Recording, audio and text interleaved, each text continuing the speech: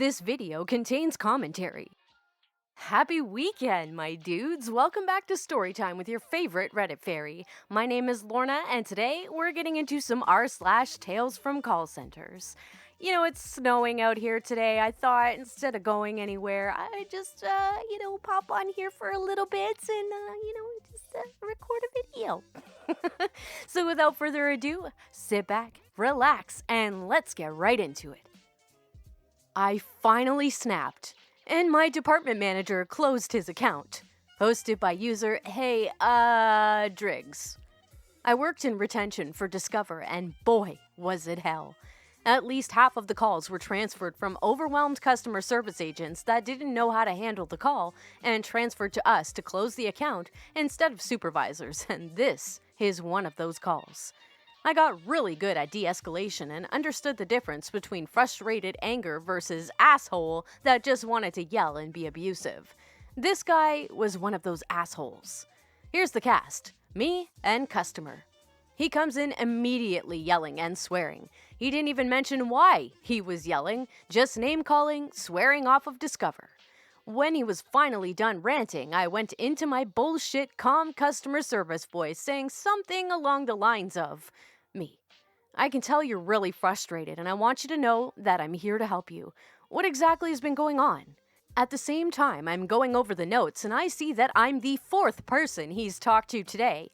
All of the agents left passive-aggressive notes about him and how there was an issue with an unknown charge on his statement.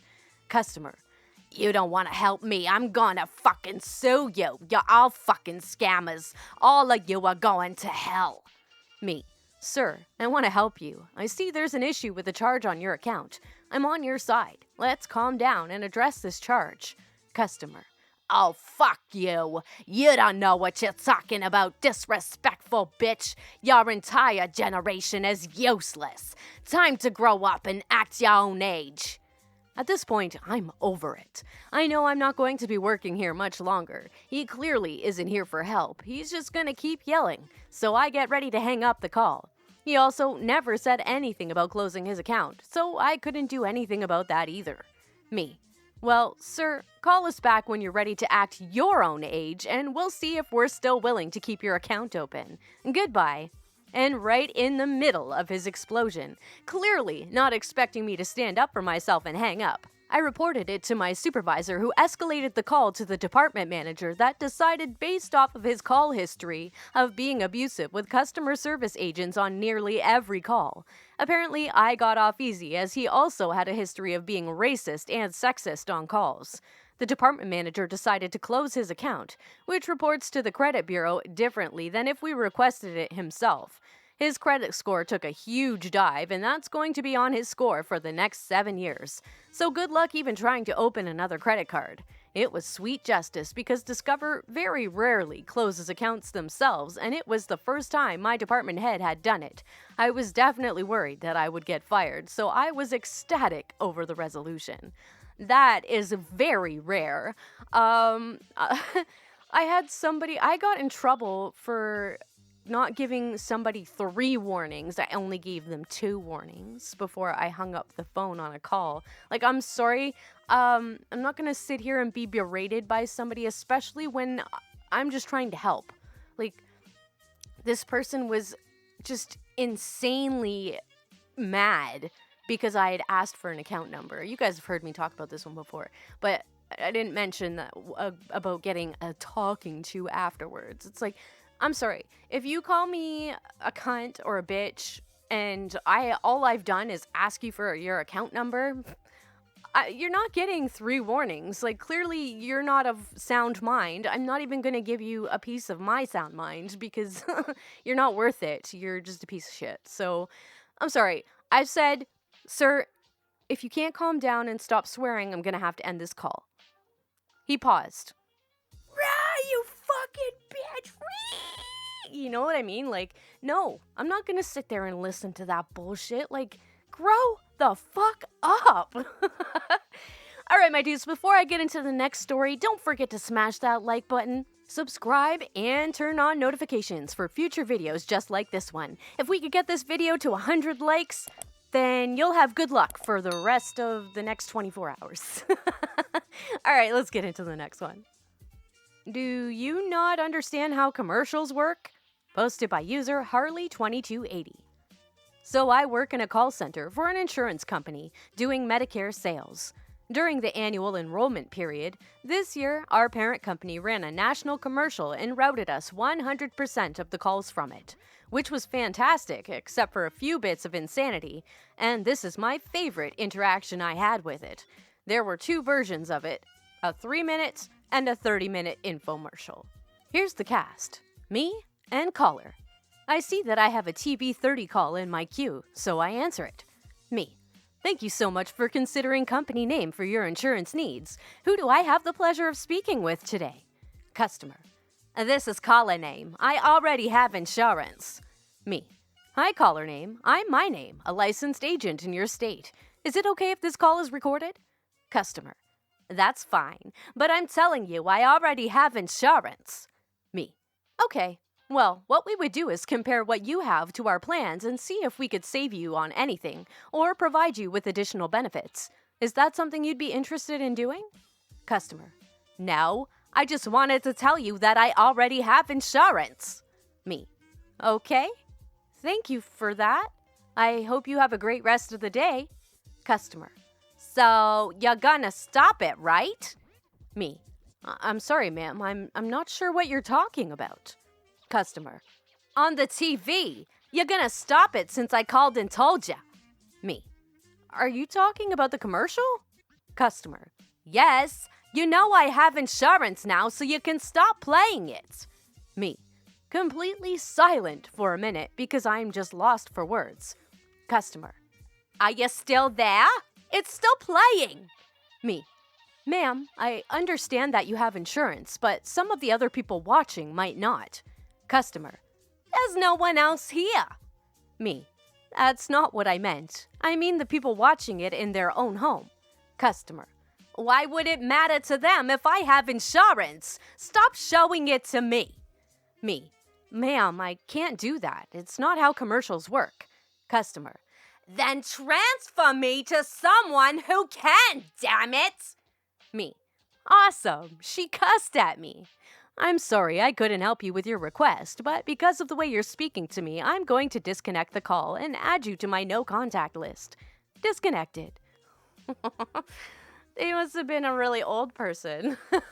They didn't really say how old they sounded, but, voices can be deceiving. They can be very deceiving. When I was younger, people used to call for my brother. My brother is 7 years younger than me, so when I was a teenager and he was like 7 years younger than me, we had like the same voice almost. So when people would call for my brother, they'd think I was my brother when I answered, and then they'd start talking to me like I was my brother. And sometimes I would just go along with it. Sorry, Terry. If you're listening to this, sorry, my little bro. But sometimes, I would go along with it, and then I'd just be like, so you want to talk to my brother? And they're like, oh shit, this isn't him? No. I don't even sound like a guy. Like, you guys hear me all the time. I don't sound like a guy, but yeah, no. Before my brother was a teenager, people used to think I was him all the time when I answered the phone. Oh, fun times. Memories. Fuck off, Lorna. Okay, let's get into the next story. Something to tickle the funny bone. Posted by user, I don't know what the fuck just happened. There was a time when I was taking calls for a shipping company, and in between calls like this one, it was hard to continue taking them. Customers were abusive, irrational, and weren't afraid to tell you to fuck off. Then comes this gem. A lady called in from, assumedly, an equestrian office. I answered the call. Hi, thanks for calling blank. How can I help? And the last thing I expected to hear came out of her mouth. For the following 10 minutes, it was all about fresh, chilled salmon. And can she ship it? How does she ship it? How fast does it get there, etc.? Eventually, after so long of hearing fresh, chilled salmon, I had to put myself on mute and burst into tears laughing so hard. Eventually, I was able to make it through the call, but in an environment where calls are mostly about furniture, clothing, or care packages, it was quite refreshing to have something to laugh at. Oh my god, I could only imagine if I ever got this call. That would be so funny. Oh my god, I would be dying laughing especially if she had my Karen accent. Some people say it's New York. Some people say it's like Boston. I don't know what it is. It's just and sometimes it sounds different depending on if I make my voice higher or lower. It's not the same accent. I don't know. It's slightly off or something. I don't know. It's fun to do though, so I don't care, you dudes. But oh my god, fresh chilled salmon.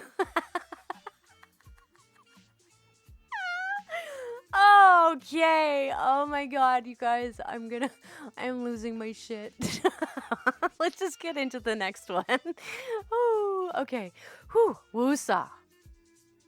Wild from start to finish. Posted by user ShadowWolf778. So I work in the billing and collections department of my call center. What do I bill and collect, you ask? Timeshares. That's right, timeshares. It's fantastic. Sarcasm. I encounter crazies, entitled people, cussers, let me speak to your managers, and the whole entire dreaded spectrum. But this particular glorious morning shift day, welp, the title about sums it up. This call was wild. I usually make outbound collection calls, so inbound calls are already unusual. The man who called me, let's call him Kevin, was extra special. Kevin did not own a timeshare. I go through my spiel thanking Kevin for calling unnamed company and ask for his account number. Kevin yells at me that he doesn't have an account number because he doesn't own a timeshare. His brother does. Confused, I ask him if his brother is present to provide an account number, verify information, and authorize Kevin to speak on the account. No, Shadow Wolf 778, he is not. My piece of shit brother is in jail. I'm floored, stunned. I stutter an apology and ask Kevin how I can help him if he doesn't own a timeshare and the brother who does is in jail. Well, first off, you can start by stopping your harassment of my wife. You people have been sending fucking foreclosure letters to my wife for a timeshare she doesn't own just because she has the same name as my brother's wife. Hold on a second, let me get this damn letter. Kevin proceeds to read off the foreclosure notice letter sent to him. I manage to get an account number as he reads off the letter and bring up the account for the brother. I'm gonna label him Jeff and his wife Jane. As Kevin finishes the letter, he hits me with the most baffling sentence yet.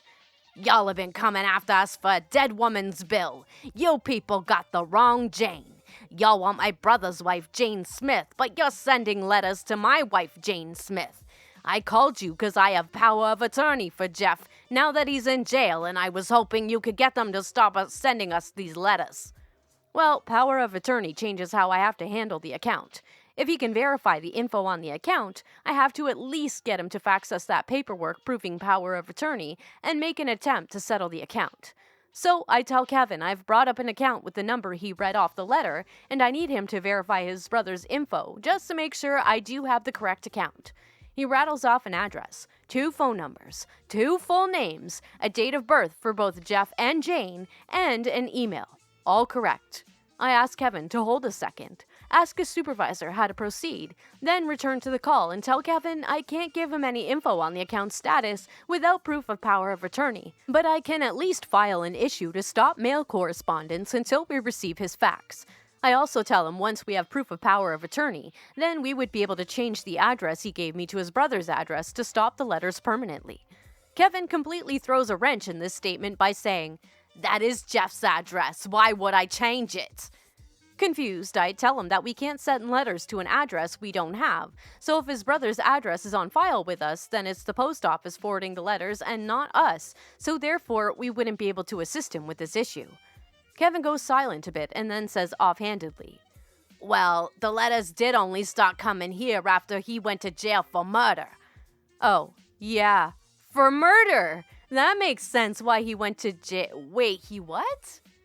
I'm sorry, sir. Did you say your brother is in jail for murder? Yep, he killed Jane. That's the problem I've been trying to tell you. Jeff murdered his wife Jane Smith in January last year and went to jail. And now my wife, whose name is also Jane Smith, is getting letters addressed to the dead Jane. I need you to give me a number to fax the death certificate and power of attorney to you so you people can stop harassing us already.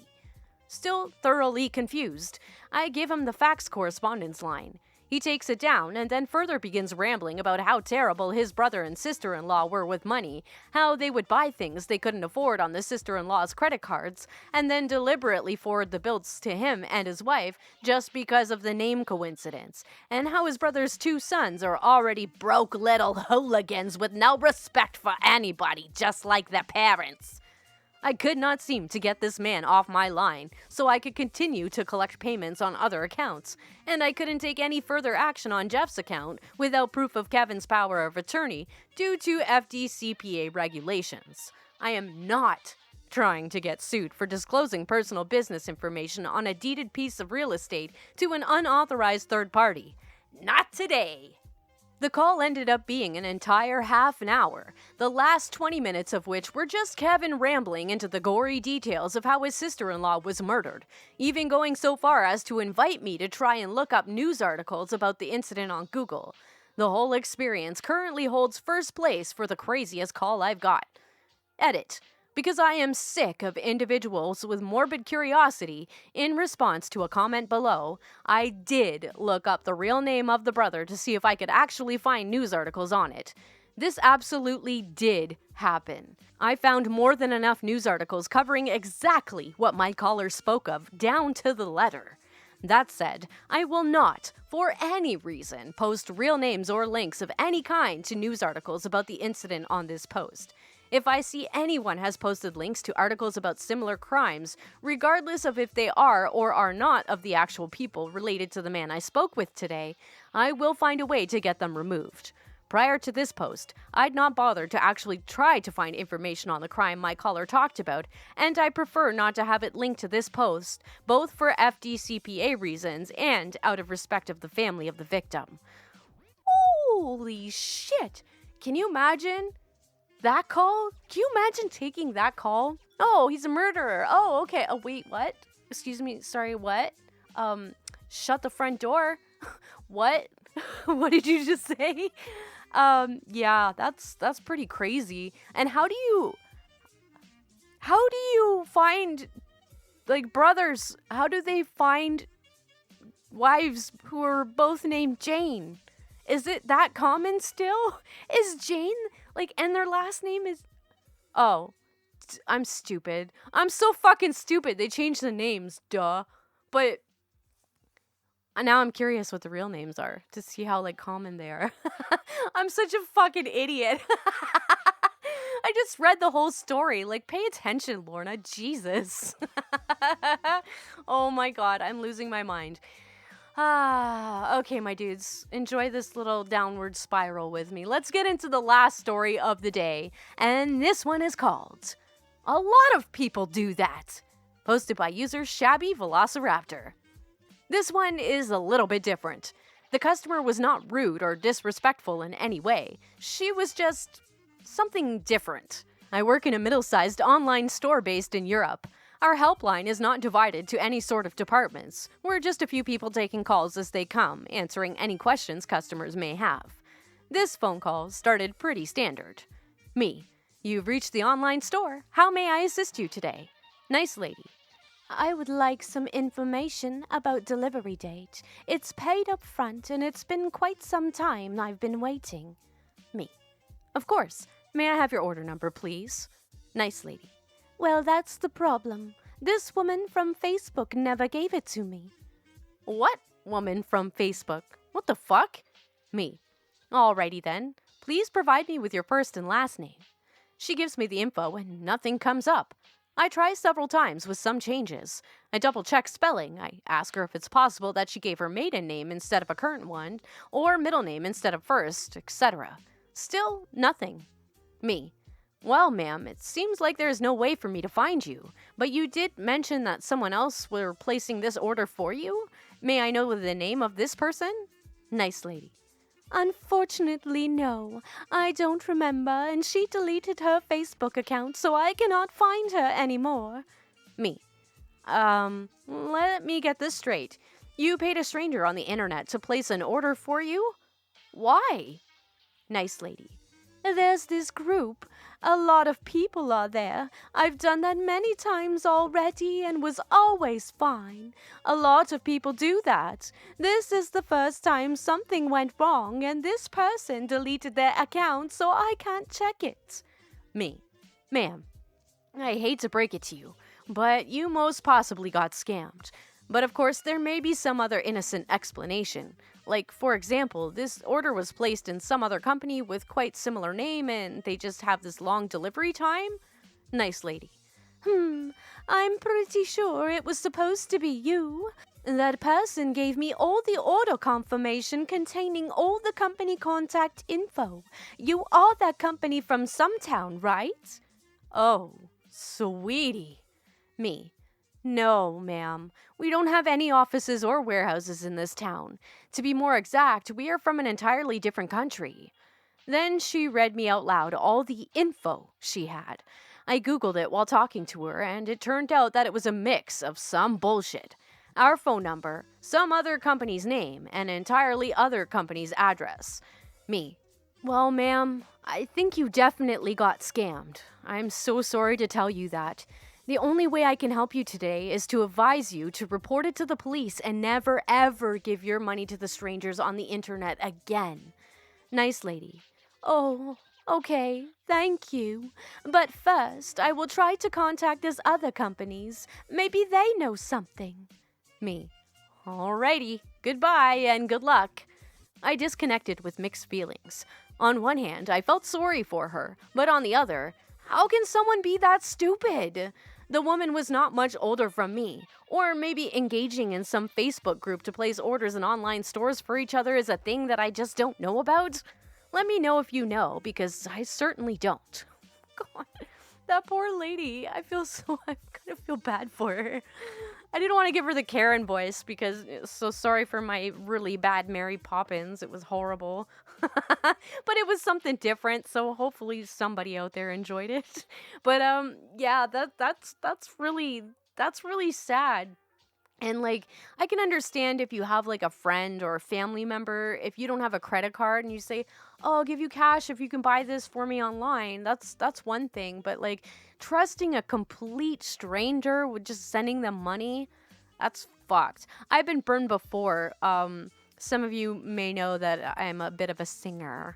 I met this girl on this karaoke app that I use called Smule, and we talked a lot. She was really cool. Like, I thought this girl was like really, really cool, and she was in a bad place, in a bad marriage, and she was trying to get out, and she asked me to help her out.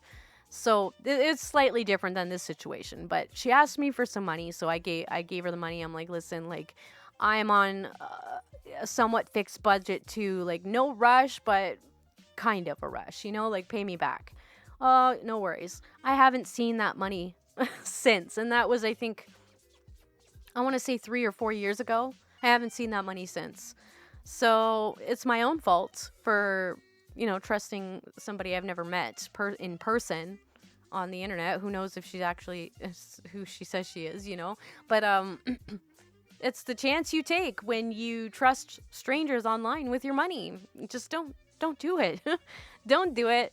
I got burned and I learned from it. So hopefully this lady does too. That would be good. I don't want people to go through shit like that. That's so bad.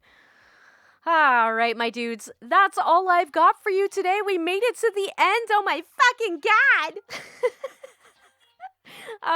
So I still might have an episode tomorrow. I'm not sure yet. Well, it depends on how many stories I get submitted to me tonight. So hint, hint, hint, hint, my dudes, get those stories in. I'm probably going to be up until like, I don't know, As long as you send them to me before 9 a.m. tomorrow morning Eastern time, they'll make it in a video if I have enough. If not, then I'll just compile them for next weekend. Alright, my dudes, I hope you liked this video. If you did, please smash that like button. Let's see if we can get to 100 likes so you all can have some good luck for the next 24 hours. Don't forget to subscribe and turn on notifications for future videos just like this one. And as always, the links to these stories will be in the description, so head on over to Reddit and show those posters some love with some upvotes, my dudes. And don't forget to submit your stories, as I already said. So, my dudes, you have... I'm gonna fucking say my dudes like 5,000 times. I'm annoying myself. You guys have an amazing day, and maybe I'll see you tomorrow. If not, I will see you on Monday. Peace out, my dudes.